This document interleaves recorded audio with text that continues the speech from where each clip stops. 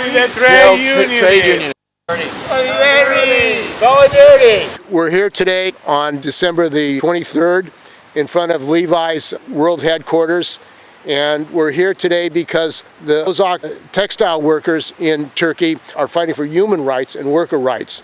And we believe that all workers are entitled to have their rights, their human rights and worker rights. And Levi proclaims that it's interested in environment, interested in people rights, and they say that they're a pro-people organization.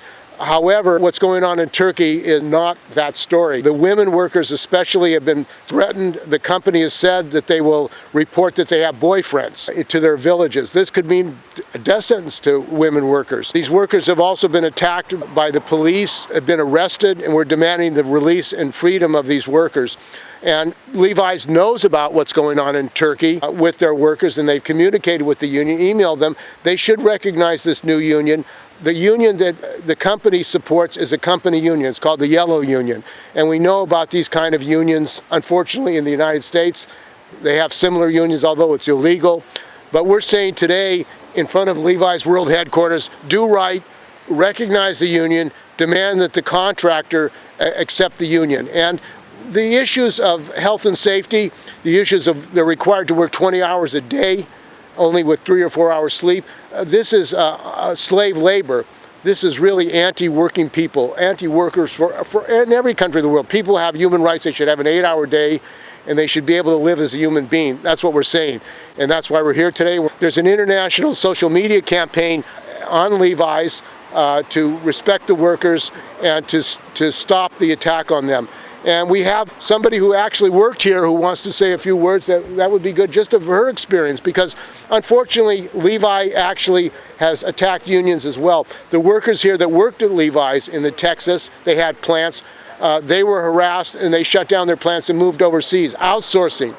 That's what these companies do. There are very few Levi's. I don't know if there are any Levi manufacturing. They go where they make more profits, and that's what this company is all about. My name is Cheryl. I live here in San Francisco. When I was a teenager, I temped at Levi's only for 1 week, okay, through an agency.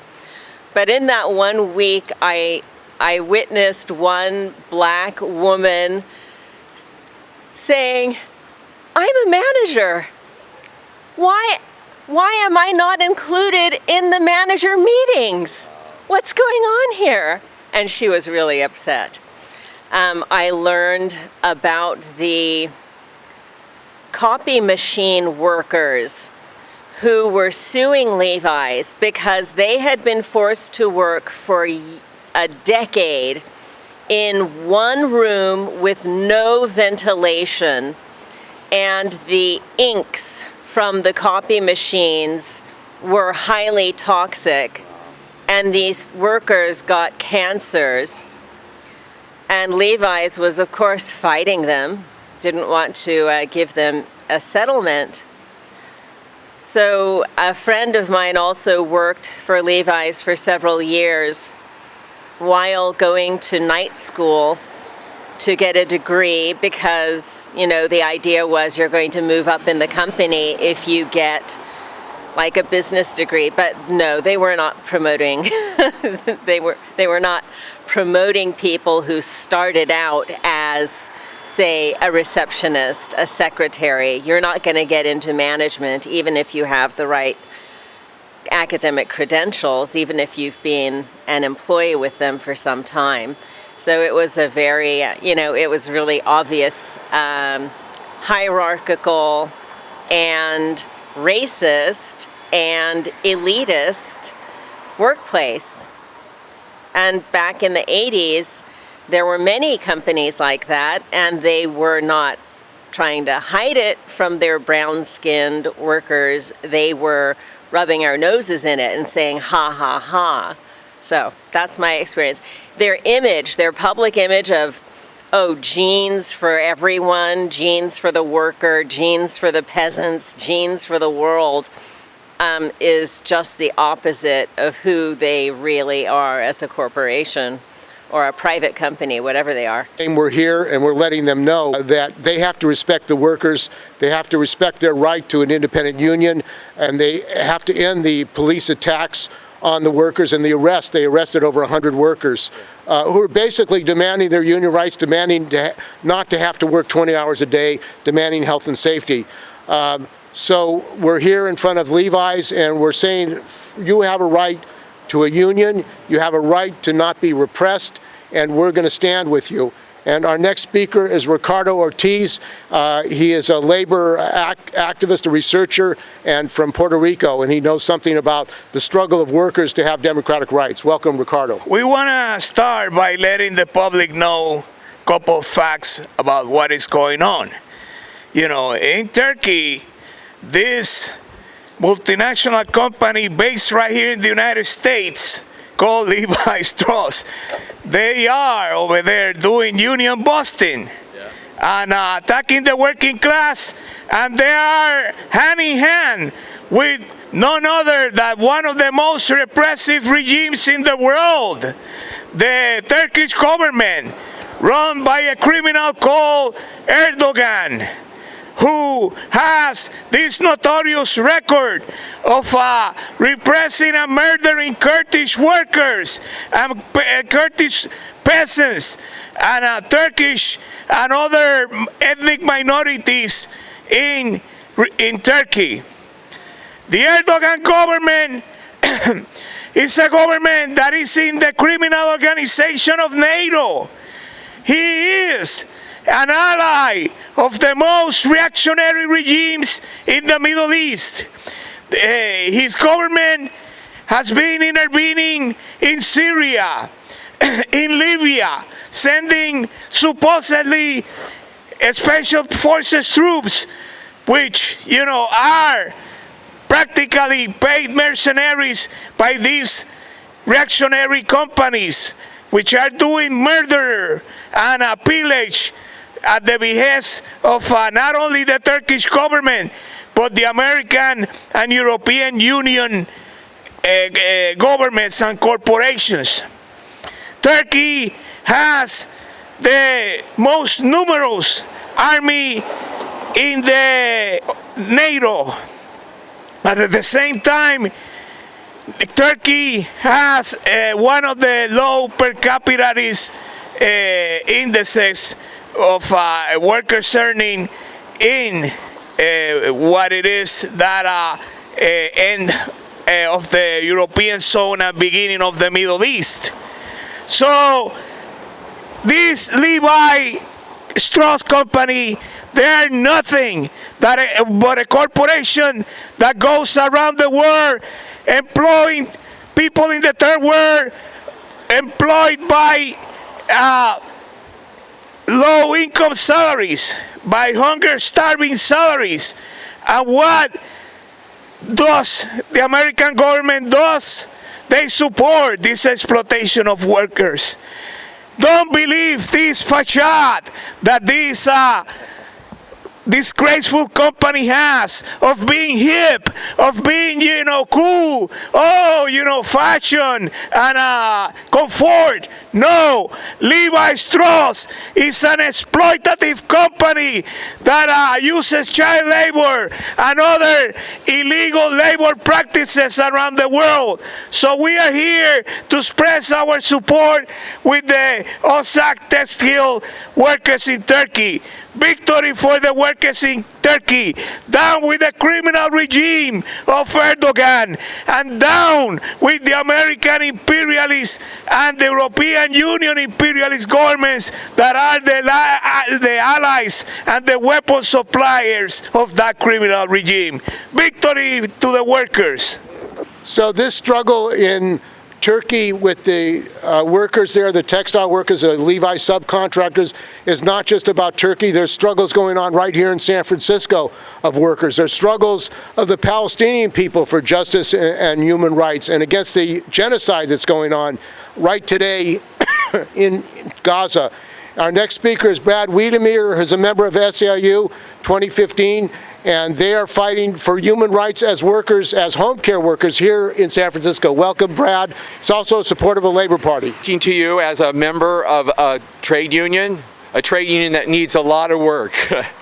And just like our workers' rights around the world, We see in San Francisco coming up this year, 24, a scion, a descendant of the Levi Strauss family running for mayor, and very likely, very possible to take over the politics of the city. We have a very strong mayor system, and we see that mayor system, whether it be Democrats, whether it be independents, like Brother Lurie, who is this candidate, they're going after unions in the city. They're privatizing services and the things that the city does. This is undermining labor here, and as they are undermining labor around the world. You know, it's interesting that the whole idea of reshoring labor to the North America. You know, we see jobs beginning to come back to Central America and Mexico, and you think that would be providing a revitalization of life for those people. But instead, the U.S. is supporting the reactionary anti-union forces to make a climate that's good for the corporations. And Levi Strauss is one of those corporations considering reshoring. And so what's happening? They're putting in governments that are literally killing workers, representatives, and workers who are speaking to organize and have the democratic right to control their workplace and to have a say in and bargaining right with the capitalists that run it. Now, the Levi and Strauss families came to San Francisco in the mid-19th century, and they accumulated some capital. And what did they do? They bought the patent for the Levi garments that were reinforced for heavy work. You all know it, they have those cleats. And you see the patch that's put on the back of those garments. And they made this out of that fortune of buying off. And you know, the inventor of that's totally forgotten. His name's kind of disappeared. I'm sorry, I've even forgotten it today. I can't pull it up.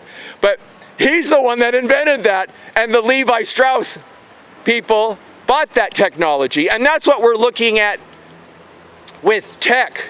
You know, we need the textile workers and we need the tech workers to unite in labor and fight the appropriation of the advancements of technology and technique, and not allow the investors to accumulate all of the social benefits. We saw that with the taxis, the autonomous vehicles. We saw that with AI coming and being completely appropriated for the corporations to be even more powerful. So this is not just 19th century history. It's right today in 2024 that Lurie is running to take charge of the city. You know, with supposedly capitalism with a human face. But it does not. Instead, in Central America, this crisis is deepening, and we see what's happening at the border. People are being driven to survive. So why isn't the onshoring on North America factories benefiting workers? It's because the U.S. is supporting anti-labor, anti-worker, anti-democratic governments. Not just in Turkey, where there's the alliance, which is so important that we stand up for the Özak Textile workers, because it's all linked. It's a worldwide system now, and we need to be united internationally. And we need to unite with the workers' parties around the world. And in the U.S., we need a workers' party. We need that desperately right now. And there are independents running for office, for president right now, who could be possibly a catalyst to bring people together into a political formation that can be transformed by our effort into a labor party. We'll see. I also work with San Francisco's Workers' Party Club, and that's what we're also trying to do. There's an independent District 11 worker candidate that's running, Roger Marenko in D11. And so there's opportunities to build democracy at the workplace. And we've got to do that. We've got to defend our public workers in San Francisco. We've got to oppose all of the privatizations and the outsourcing that's going on in the city and in the corporations that are in the city that are exploiting workers around the world and on North America. Long live the struggle of the working class. Long live the workers' politics and workers' parties. As everyone can hear, this is an international struggle, and this fight that we have to defend the workers in Turkey, the Özak textile workers, is part of the world struggle. We're with you today in San Francisco at the world headquarters of Levi. We're demanding that they accept the union, they call off the police, they stop the repression and allow you to have your own democratic union. Basic human right. So our next speaker is Charles Minster. He's a retired member of the Laborers Union in San Francisco. Welcome, Charles. Victory to the Levi workers at Özak Textiles in Urfa. You're right now in a union that is controlled by the government, and we know that the Erdogan government is a reactionary, anti-Kurd, exploits the Kurds and destroys their political parties, jails their political leaders. But we also know that the unions that the government controls are like the unions in this country that are controlled by the Democratic Party, which is the party that is cheering on the Israelis' destruction of Palestine and the genocide that's going on there. So your struggle is our struggle. And you need fair wages. Fair wages. You need wages that can support you and your families. And you need protection from unsafe working conditions. And you as workers should be controlling the safety procedures at any factory, because the bosses don't care about safety if it in any way affects their profits. That's their only concern, their ultimate and only concern. The only reason for their existence is making a profit. They have no altruistic goals at all. So I stand solid here with you today and send greetings to you today and say victory to the textile workers of Turkey. Smash the government union. Thank you. Solidarity! Solidarity!